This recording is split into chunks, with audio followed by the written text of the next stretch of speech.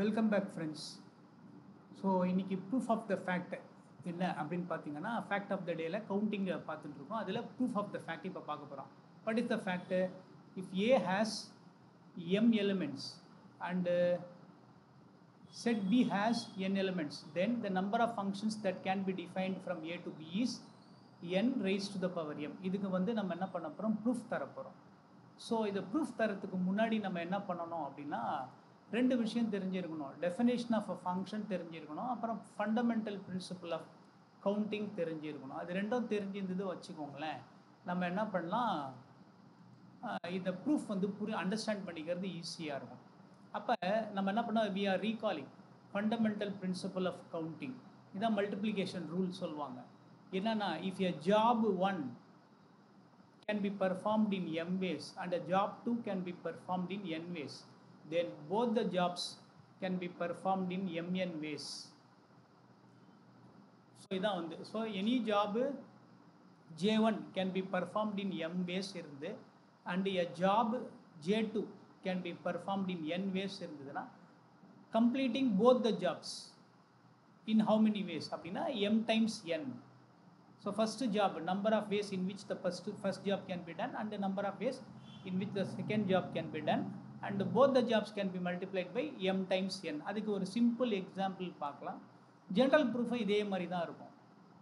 So if a person has 2 pairs of shoes இருக்குது and 3 pairs of socks இருக்குன்னு வச்சுக்கோங்க, தென் இன் how many ways he can wear them both. ரெண்டுத்தையும் போட்டும் போகிறதுக்கு எத்தனை பாசிபிலிட்டி இருக்குது? ஸோ 2 pair of shoe வச்சுருக்காரு அவர், 3 pair of socks வச்சுருக்காரு. அப்போ ஷூ சாக்ஸ் காம்பினேஷன் எத்தனை வழியில் போட முடியும்? இப்போ ஷூஸை நம்ம என்ன பண்ணுவோம், A1 A2ன்னு வச்சுக்கலாம், சாக்ஸை B1 B2 B3ன்னு வச்சுக்கலாம். ஸோ அவர் A1 போட்டார் வச்சுக்கோங்களேன், A1 போட்ட அன்றைக்கி first pair of socks B1 போடலாம், இல்லை A1 போட்ட அன்றைக்கி B2 போடலாம், இல்லை A1 போட்ட அன்றைக்கி B3 போடலாம். ஸோ இதில் 3 வழி வந்துடும். A2 போட்ட அன்றைக்கி என்ன பண்ணலாம், அவர் A2 போட்டு B1 போடலாம், A2 ஷூஸ் போட்டு B2 சாக்ஸ் போடலாம், A3 ஷூஸ் போட்டு B3 சாக்ஸ் போடலாம். ஸோ இதுக்கு எத்தனை பேர்னா, ஷூஸ்க்கு வந்து 2, சாக்ஸுக்கு வந்து 3. So 2 times 3. ஸோ இதுதான் வந்து number of ways in which he can wear both the pairs of shoes and 3 pairs of socks. So இது வந்து multiplication rule or fundamental principle of counting. So இது ஒரு ஃபேக்டை நமக்கு தெரிஞ்சிருக்கணும். செகண்ட் என்னென்னா, ஃபங்க்ஷன்னா என்ன அப்படின்னு பார்த்தோம் வச்சுக்கோங்களேன், நம்மக்கிட்ட 2 நான் எம்டி செட் ஏபி கொடுத்துருவாங்க. ஸோ வாட் இஸ் அ ஃபங்க்ஷன்னா, function is essentially a relation. அடிப்படையில் அது ஒரு ரிலேஷன் தான். ரிலேஷன் என்ன பண்ணும், ஸ்பெஷல் கண்டிஷனை சாட்டிஸ்ஃபை பண்ணும். அப்படின்னா என்ன அர்த்தம்னா, இந்த ஏல எந்த எலிமெண்ட்டும் விட்டு போகக்கூடாது. No element is left out in the set A and every element in A has exactly one image தான் இருக்கும். அதாவது for every element A in A there is a unique element B in B such that image of A under F of A is equal to B of N. So இந்த கேஸில் பிக்கு பேர் என்ன சொல்லுவாங்க, image of A under F, and ஏக்கு பேர் என்ன சொல்லுவாங்கன்னா pre image of B under F அப்படின்னு சொல்லுவோம். ஸோ ஃபங்க்ஷனுக்கு என்ன கண்டிஷனாக சிம்பிளுங்க, ஒன்றும் இல்லை, ஏல எந்த எலிமெண்ட்டும் விட்டு போகக்கூடாது, எல்லா எலிமெண்ட்டுக்கும் இமேஜ் இருக்கணும் அண்டர் எஃப். செகண்டு, ஏல இருக்க எந்த எலிமெண்ட்டுக்கும் மோர் தென் 1 இமேஜ் இருக்கக்கூடாது, எக்ஸாக்டாக ஒரு இமேஜ் தான் இருக்கணும். அது that is taken care by this adjective unique. And no element in A is left அவுட்டுங்கிறது இந்த universal quantifier for every A, அது கேர் எடுத்துக்குது. ஸோ இதை ரெண்டுத்தையும் நீங்கள் ஞாபகம் வச்சுக்கிட்டிங்கன்னா போதும். ஸோ இப்போ ஃபங்க்ஷனாக இருக்கணும்னா no element is left out and no element in A has more than 1 image. இப்போது நம்ம என்ன திரும்ப பார்க்கணும், இந்த ஃபங்க்ஷனை எப்படி பார்க்க போகிறோம் அப்படின்னா, ஒரு காம்பினட்டோரியல் என்டிட்டியாக பார்க்க போகிறோம். எப்படி பார்க்க போகிறோம் பாருங்கள், சிம்பிளாக பார்க்கலாம் பாருங்கள். Now if we think of defining a function, ஒரு ஃபங்க்ஷன் டிஃபைன் பண்ணணும் அப்படின்னா என்ன மீனிங்கு அப்படின்னு பார்த்தீங்க வச்சுக்கலாம்.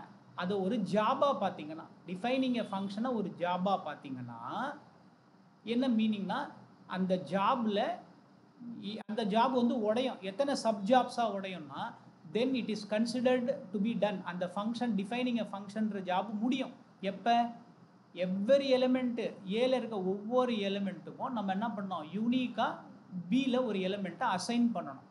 ஸோ ஏல இருக்க ஒவ்வொரு எலிமெண்ட்டுக்கும் நம்ம ஒரு எலமெண்ட்டை அசைன் பண்ணணும். பியில் இருக்க ஒரு எலமெண்ட்டை அசைன் பண்ணணும். ஒவ்வொன்றுக்கும் அசைன் பண்ணி முடிச்சாதான் டிஃபைனிங் அ ஃபங்க்ஷன் கம்ப்ளீட் ஆகும். அப்போ ஃபங்க்ஷனை நீங்கள் என்ன பண்ணுங்க, டிஃபைனிங் ஆஃப் அ ஃபங்க்ஷனை ஒரு ஜாபாக பார்த்தா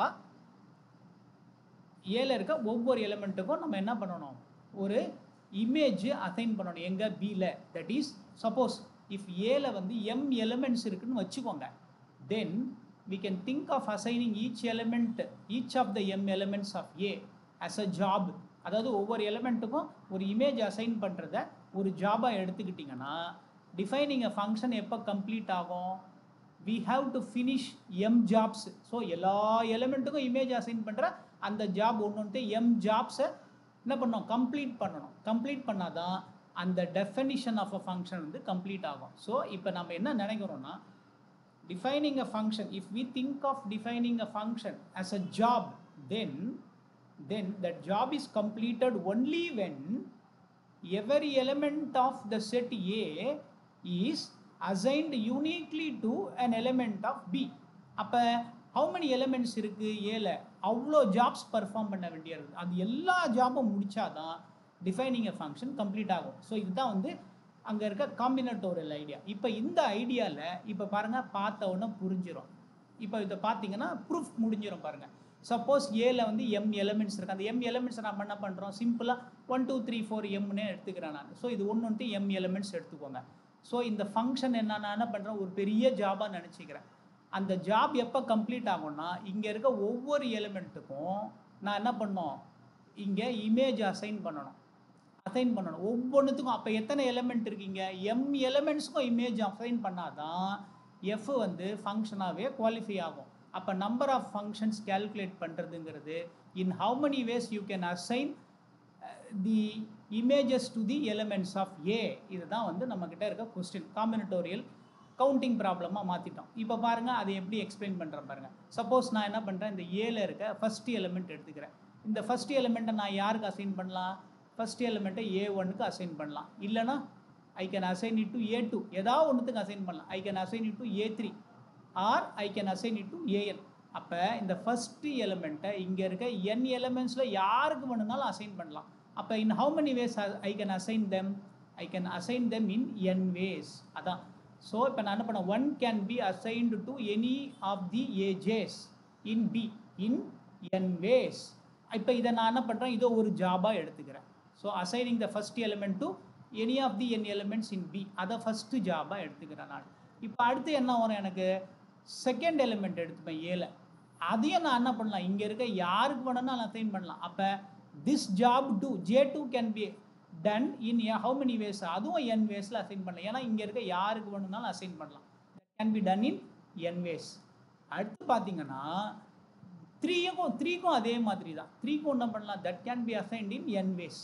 அப்போ mth எலிமெண்ட்டையும் நம்ம என்ன பண்ணலாம், ஹவு மெனி வேஸ் அசைன் பண்ணலாம், that is also can be assigned in n ways. அப்போ டிஃபைனிங் எ ஃபங்க்ஷன் எப்போ கம்ப்ளீட் ஆகும், f is defined. Defining a function is considered to be completed. எப்போனா j கம்ப்ளீட் ஆகும். எப்போ கம்ப்ளீட் ஆகும்னா only when இந்த these m ஜாப்ஸும் complete ஆகணும். எப்படி ஃபஸ்ட் எலிமெண்ட்டையும் அசைன் பண்ணோம், செகண்ட் எலிமெண்ட் அசைன் பண்ணோம், m எலிமெண்ட்ஸுக்கும் நம்ம என்ன பண்ணோம், இமேஜ் அசைன் பண்ணோம் பியில். அது முடிச்சிட்டோன்னா ஃபங்க்ஷன் டெஃபினிஷன் கம்ப்ளீட் ஆகிடும். அப்போ how many ways we can assign images to the elements of A, அதுதான் இப்போ கொஸ்டின். அதுதான் வந்து இப்போ ஆன்சர் ஆகிடுது பாருங்கள். therefore by the fundamental principle, there is a typo error இருக்கு, there is an error இங்கே. by the fundamental principle of counting படி நமக்கு என்ன வந்துடும், the number of functions defined from A to B. அப்போ ஃபஸ்ட்டு எலிமெண்ட் 1 நான் எத்தனை வழியில் அரேஞ்ச் பண்ணலாம், I can arrange them in n ways. இது ஃபஸ்ட்டு எலிமெண்ட்டுக்கு. செகண்ட் எலிமெண்ட்டுக்கு எத்தனை பாசிபிலிட்டி இருக்குது, இத்தனை வழி. தேர்ட் எலிமெண்ட்டுக்கு எத்தனை, அதுவும் n அண்ட் ஸோ ஆன் வரும்.